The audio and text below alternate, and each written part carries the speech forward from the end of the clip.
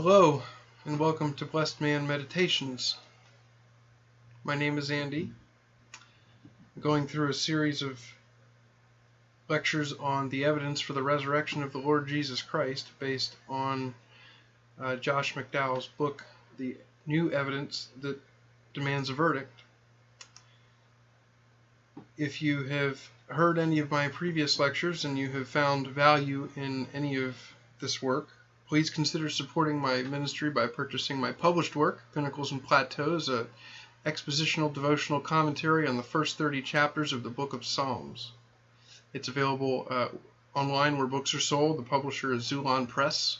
It's also available on Amazon and elsewhere. The resource on which these presentations on the evidence for the resurrection are based is, as I mentioned, Josh McDowell's The New Evidence That Demands a Verdict. This content comes from the chapter Support of Deity, the Resurrection, Hoax, or History. I do one day, Lord willing, hope to incorporate content from Norm Geisler and Frank Turek's book, I Don't Have Enough Faith to Be an Atheist.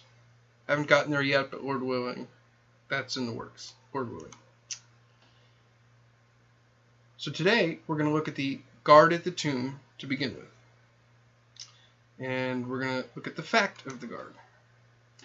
Looking at Matthew chapter 27, beginning in verse 62, we see that it says, On the next day, which followed the day of preparation, the chief priests and Pharisees gathered together to Pilate, saying, Sir, we remember, while he was still alive, how that deceiver said, After 3 days I will rise. Therefore, command that the tomb be made secure until the third day, lest his disciples come by night and steal him away, and say to the people, He has risen from the dead. So the last deception will be worse than the first. Pilate said to them, You have a guard, go your way. Make it as secure as you know how. So they went and made the tomb secure, sealing the stone and setting the guard.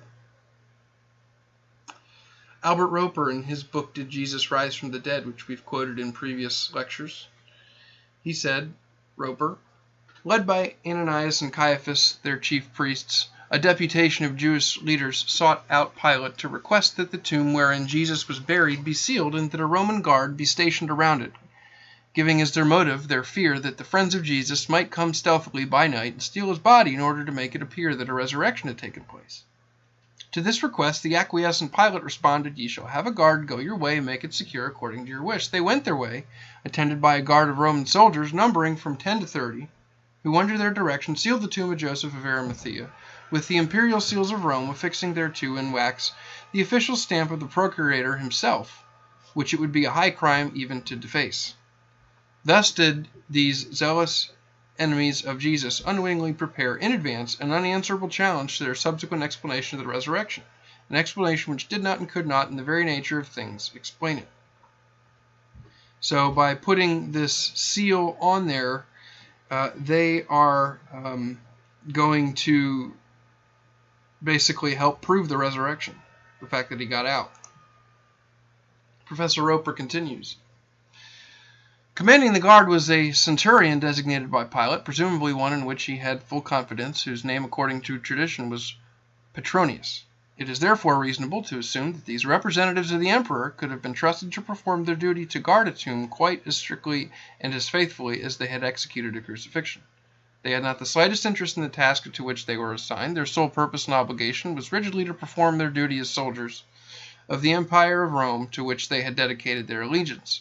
The Roman seal affixed to the stone before Joseph's tomb was far more sacred to them than all philosophy of Israel or the sanctity of our ancient creed. Soldiers cold-blooded enough to gamble over a dying victim's cloak are not the kind of men to be hoodwinked by timid Galileans or to jeopardize their Roman necks by sleeping on their post. So we're going to look at the identity of the guard.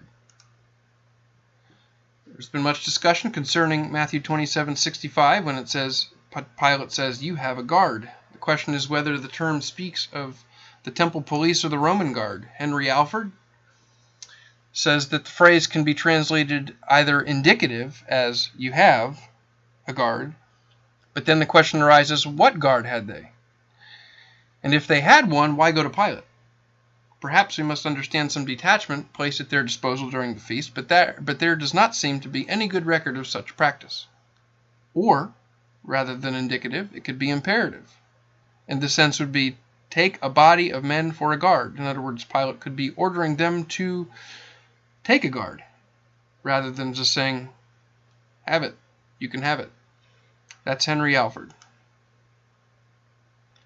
Lecamus, in his work The Life of Christ, said, Some think that Pilate here means ministers of the temple whom their chief priests had in their service, and whom they might employ with advantage in guarding the tomb. It would be easier to explain the corruption of the latter than that of the Roman soldiers in inducing them to declare that they had slept when they should have kept watch. Nevertheless, the word custodia, borrowed from the Latin, would seem to indicate a Roman guard, and the mention of the captain ought to make this opinion prevail. So Lecamus says that the Roman guard would be what he's referring to. A.T. Robertson. We've quoted him previously. I believe the noted Greek scholar says that have a guard is present imperative. In other words, it's a command, and it refers to a guard of Roman soldiers, not just temple police.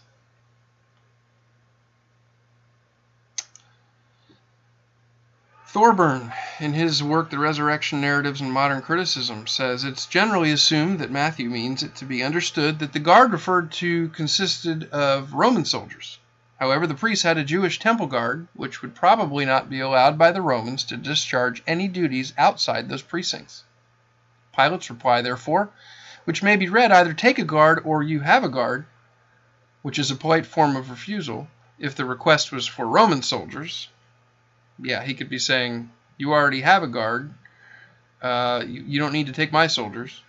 It could be understood in either sense. However, if the guard were Jewish, it would explain the fact that Pilate overlooked the negligence.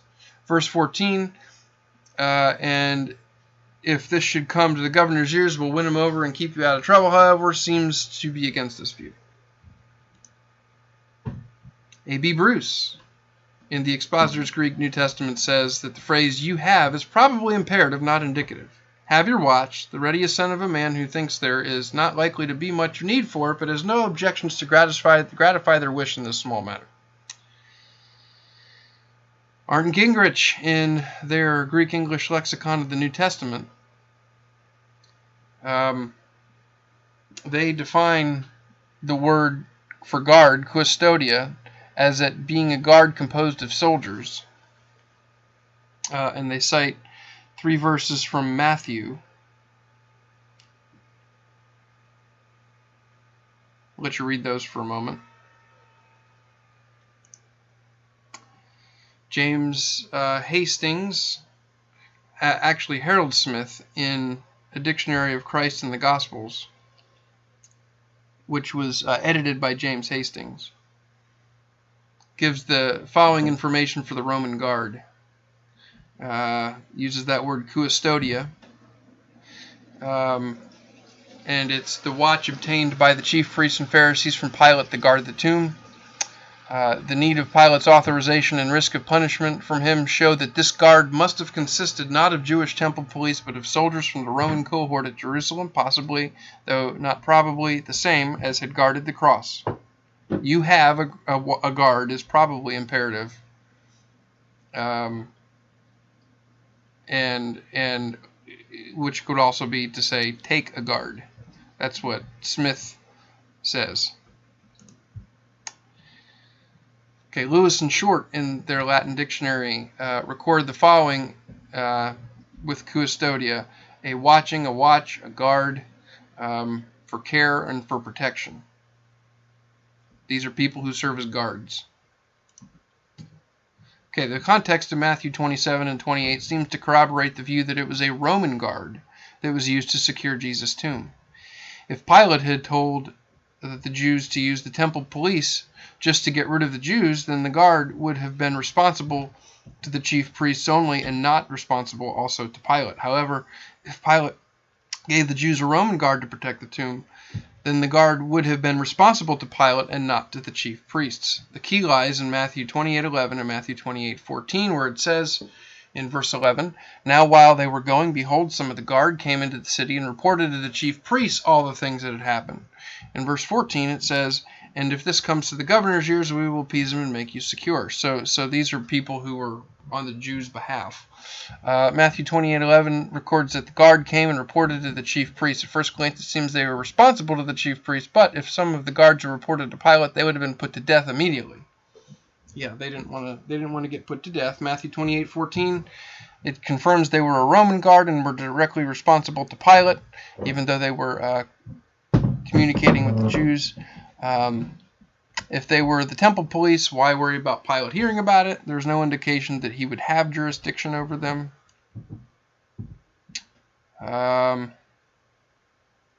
So if Pilate has no jurisdiction over them, then they are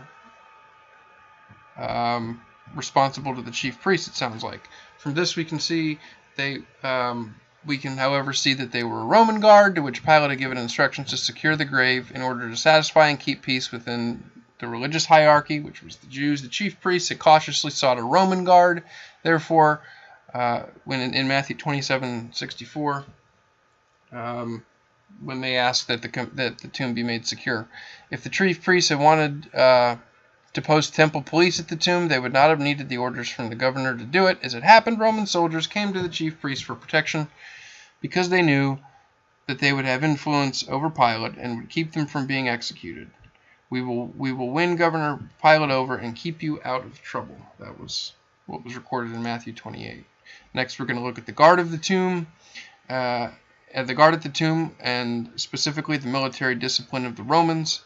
There are a lot of quotes from this particular book by George Currie, The Military Discipline of the Romans, in McDowell's Evidence That Demands Verdict. And Currie, in his book, says the punishment for quitting post was death according to the law. The most famous discourse on the strictness of camp discipline is that of Polybius, which indicates that the fear of punishments produced faultless attention to duty, especially in night watches. It carries weight from the prestige of the author, who was describing what he had an opportunity to see with his own eyes. He was describing what he had an opportunity to see with his own eyes. His statements are duplicated in a general way by others. Currie goes on, the punishment for quitting the post was death, according to the law. The most famous discourse on the strictness of camp discipline was in Polybius, which indicates the fear of punishment produced. Let's see. I think we already read that. Currie writes, running a gauntlet of cudgels is referred to as punishment for faulty night watches, stealing, false witnessing, and injuring one's own body. Decimation for desertion of the ranks because of cowardice is also mentioned. Currie continues, Vegetius speaks of daily attention to strictness of discipline by the prefect of legion, and Vegetius certainly maintains that the earlier Romans at the time of Christ disciplined more strictly than those of his day. Currie, in speaking of Vegetius's comment on the Roman army, says the system he described provided for the severest punishment. The classicum was the signal blown of the trumpet to announce the execution. Daily attention to strictness of discipline was the duty of the prefect of the legion. Currie also points out in the various writers of Justinian's Digest, 18 offenses of soldiers are mentioned as punishable by death. They are as follows: a scout remaining with the enemy, desertion, losing or disposing of one's arms, disobedience in wartime, going over the wall or rampart, starting a mutiny, refusing to protect an officer or deserting one's post, a drafted man hiding from service, murder, laying hands on a superior, insult to a general, leading flight when the example would influence others to also follow in flight, betraying plans to the enemy, wounding a fellow soldier with a sword, disabling self or attempting suicide without reasonable excuse, leaving the night watch, breaking the centurion's staff or striking him when being punished, escaping the guardhouse, disturbing the peace. So these were soldiers' offenses punishable by death, according to Currie. Currie documents the following examples from the annals of Roman military history that reflect the type of disciplinary measures employed by the Roman army. If somebody was bearing the standard, was too far behind in battle, they would be killed by the general. If they were asleep on duty, they'd be thrown off a cliff. If they were negligent, they would be beaten and they'd have their rank reduced. More punishment for negligence. If they were lagging too much, they would be struck with some form of weapon. These types of punishment would justify the word strict as descriptive of them. So these would be called strict disciplinary measures. Currie further comments, since the death penalty was assessed in 40 cases out of 102 where the punishment is mentioned, it's clear that punishment in the Roman army was severe in comparison with that in modern armies. Currie speaks of the Roman army as an instrument for conquest and domination, and concerning its strict discipline writes, Valerius Maximus refers to sharp observation of camp discipline and military theory as being the primary reasons for the extensive conquests and power of Rome.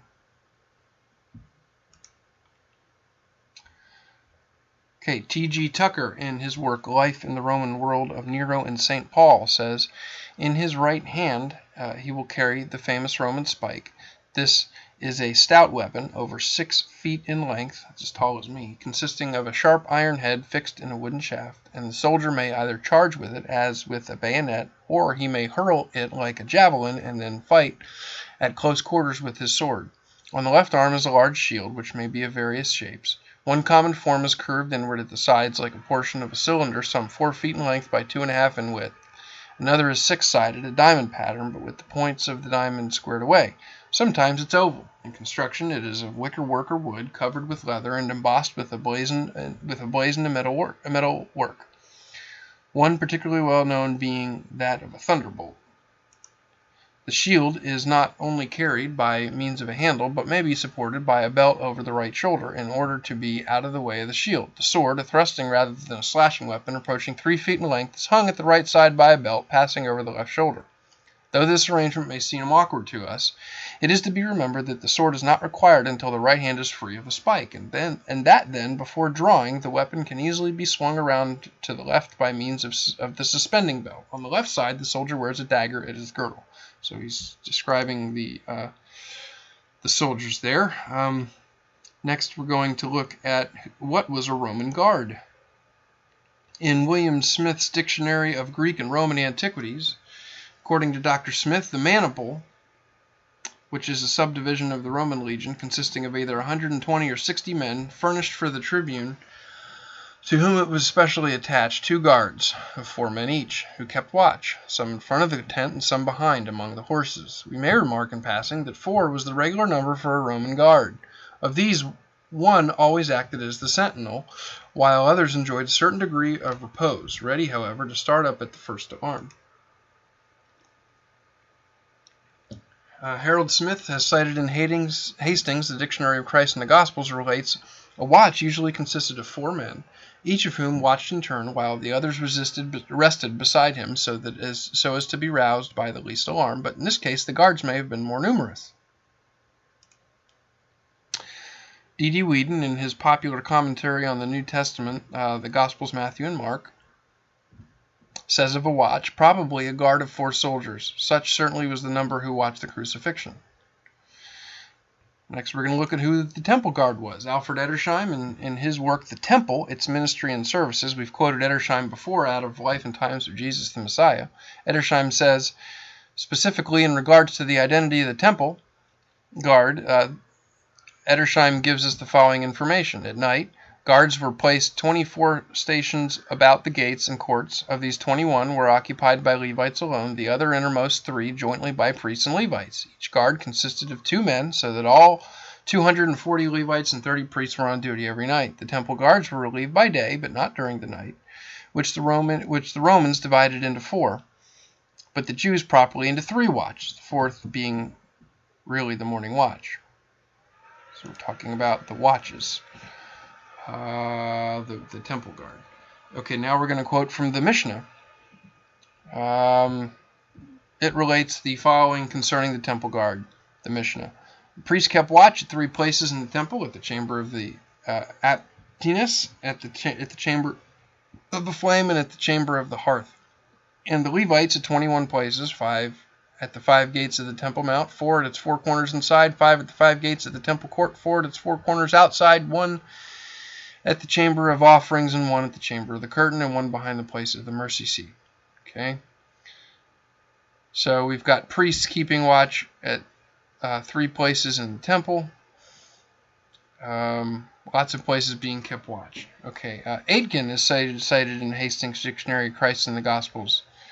Aitken records, the duty of this captain of the mount of the temple was to keep order in the temple, to visit the stations of the guard during the night, and see that the sentries were duly posted and alert.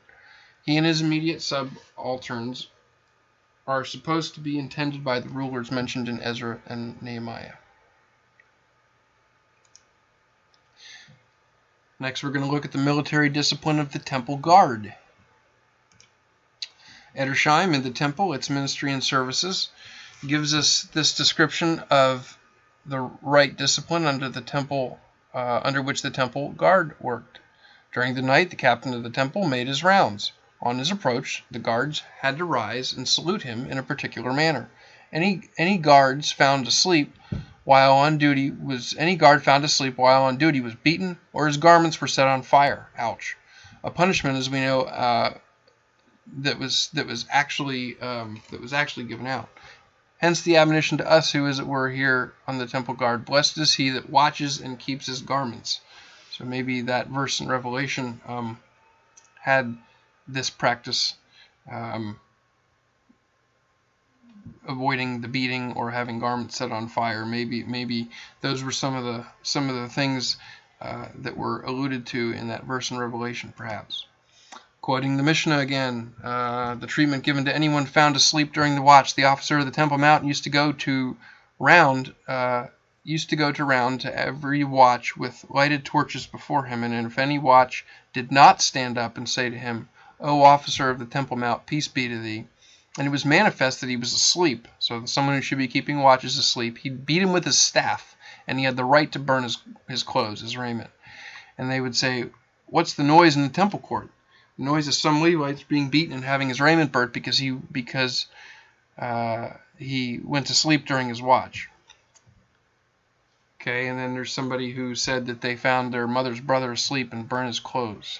Ouch. So keeping a watch was something to be taken very seriously. In the Jewish Encyclopedia, it comments about the sacred premises within the temple. Those who were on watch were not allowed to sit down, much less to sleep. The captain of the guard saw that every man was alert, chastising a priest if the priest was found asleep at his post, and sometimes even punishing him by burning his shirt as a warning to others. So we see reference again in multiple sources about the beating and burning. So we can make some conclusions about the guard at the tomb here.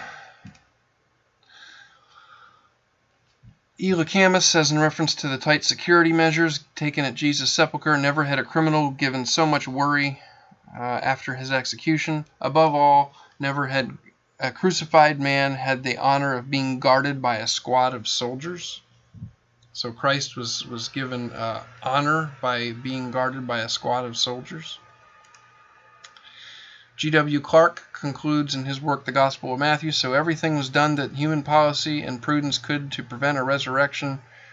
Everything was done that human policy and prudence could to prevent a resurrection, which these very precautions had the most direct tendency to indicate and establish. So they worked so hard to prevent this resurrection that was foretold to happen, but guess what? It didn't work. He resurrected. So the disciples went their own way. In his gospel, Matthew shows us the cowardice of the disciples. Jesus had been arrested in the Garden of Gethsemane, and then all the disciples forsook him and fled in Matthew 26:56. Mark in his Gospel in 1450 writes, then they all forsook him and fled. George Hansen in his work The Resurrection and the Life remarks, they were not naturally either very brave or large-minded. In the most cowardly fashion, the disciples, when their master was arrested, they all forsook him and fled, leaving him to face his fate alone. Albert Roper, in the work that we've quoted before, Did Jesus Rise from the Dead?, speaks of Simon Peter's cringing under the taunt of a maid in the court of the high priests and denying with the curse that he knew this man of whom ye speak. Roper asserts that abject fear for his own personal safety, brought Peter to reject the man he truly loved. Fear, craven fear, made Peter recreant to the one who had called him from his nets to become a fisher of men.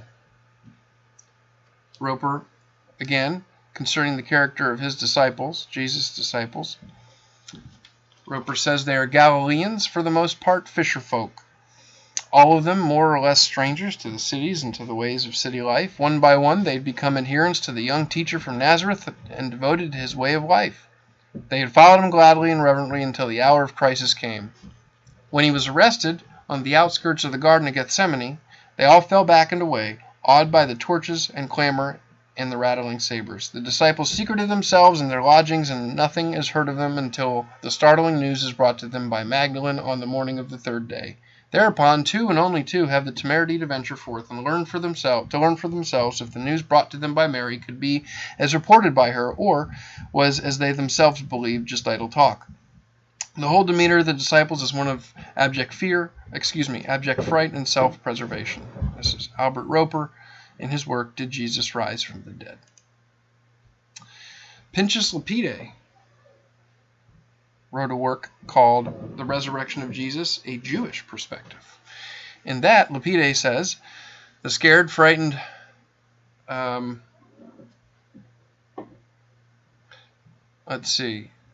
scared and frightened apostles, which were just about to throw everything in order to flee in despair to Galilee, when these peasants, shepherds, and fishermen who betrayed and denied their master, and then failed him miserably, suddenly could be changed overnight into a confident mission society, convinced of salvation and able to work with much more success after Easter than before Easter, then no vision or hallucination is sufficient to explain such a revolutionary transformation.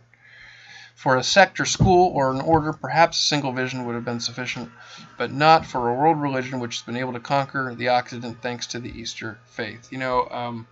On a personal note, one of the frequent unbelieving atheistic objections to the resurrection is that perhaps all of these people who saw the risen Jesus perhaps just saw visions or hallucinations like Lapide refers to here.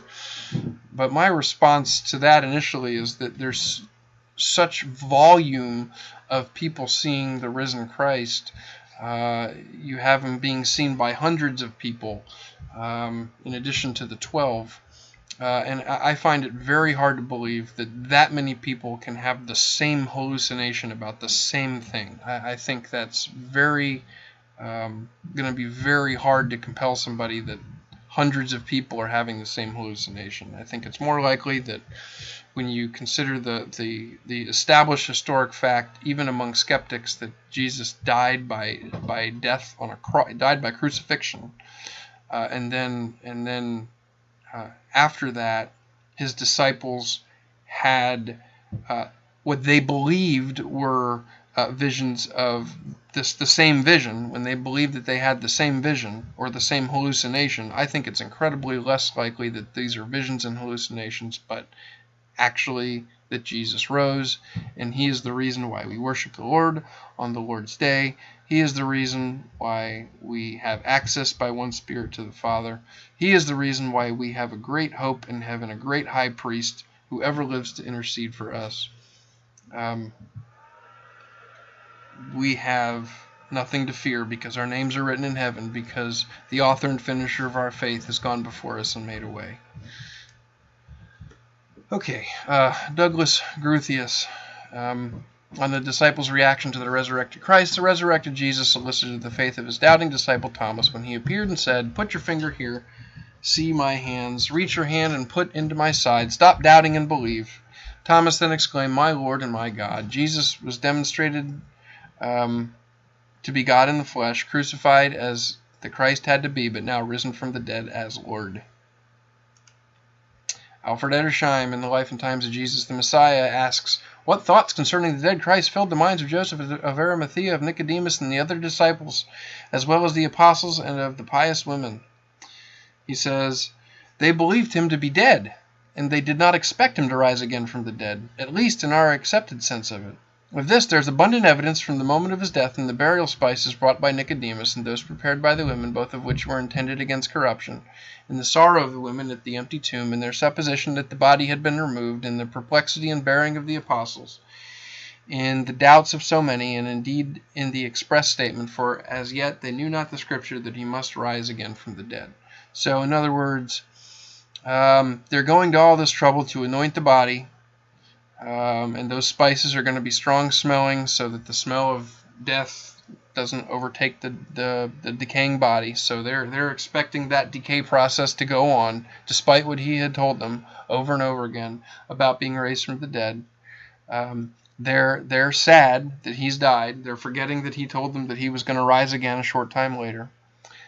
When the body was no longer in the grave, they did not believe him that what he had told them that he would rise from the dead had actually happened. They assumed faithlessly that somebody had just moved him. They had his word in their mind, but it had yet to penetrate their hearts. I think there are many people in the church today that the Apostle Paul talks about having having a knowledge of God, but without having the power behind it. It's one thing to know about God and know what his word says, but it's another thing to know him personally and intimately by a relationship, and to have his power upon your life by spirit-filled belief. J.P. Moreland on the women's testimony. In first century Judaism, a woman's testimony was virtually worthless. A woman was not allowed to give testimony in a court of law except on rare occasions. No one would have invented a story and made women the first witnesses to the empty tomb. So, in other words, this is one of the evidences for the resurrection, that the women were the first ones to the tomb, and so nobody would normally want to believe their testimony, and so it makes it.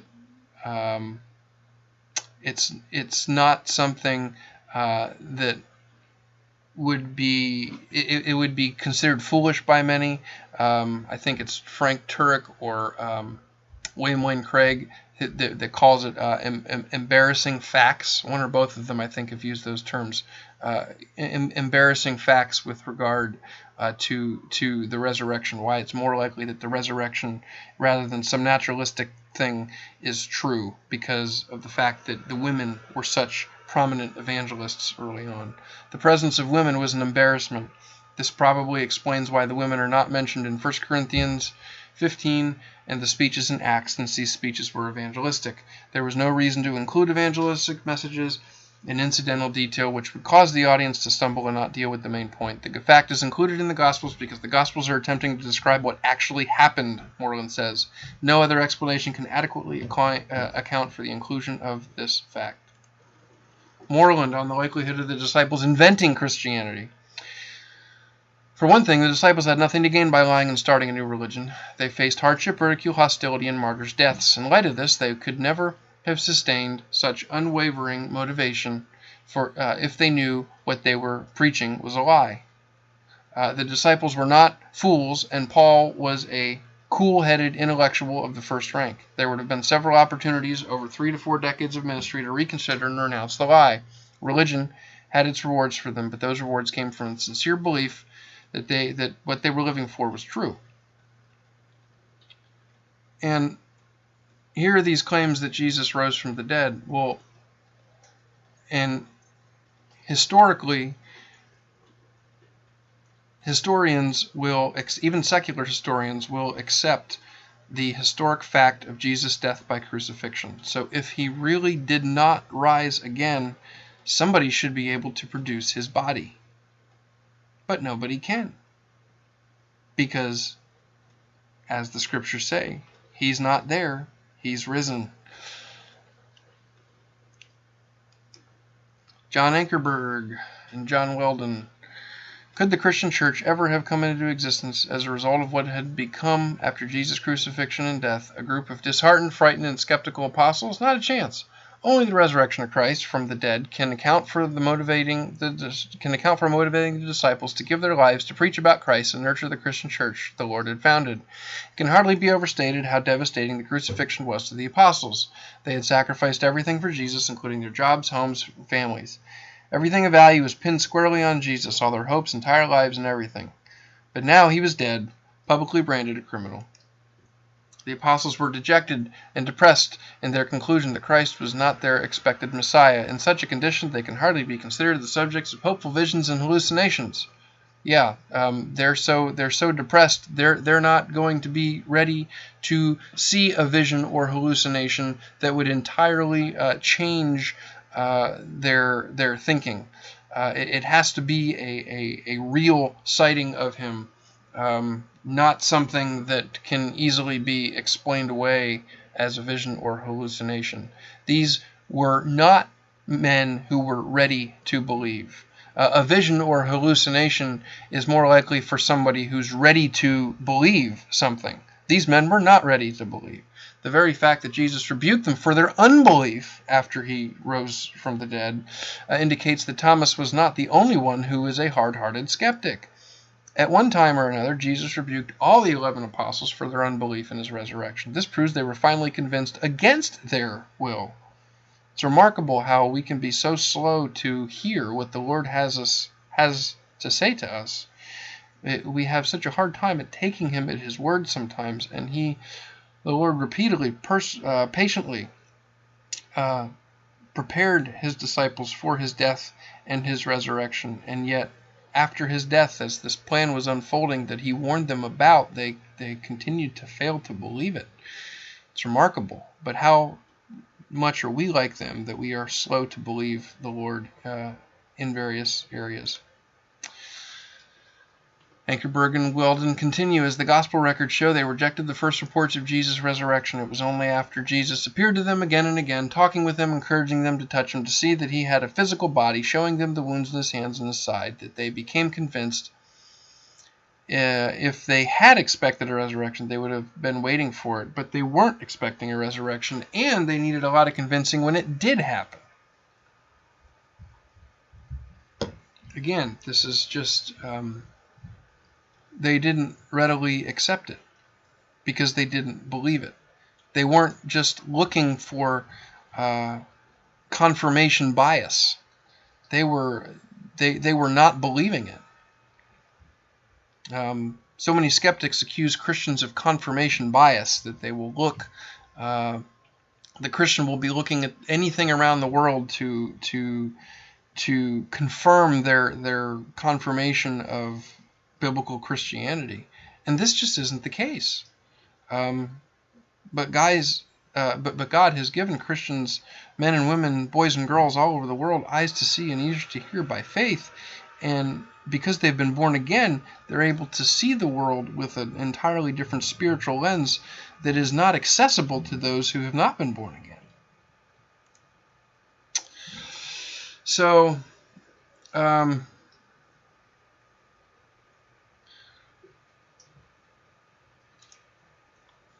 that'll stop for today, and thank you for watching, and I hope you have a blessed rest of your day.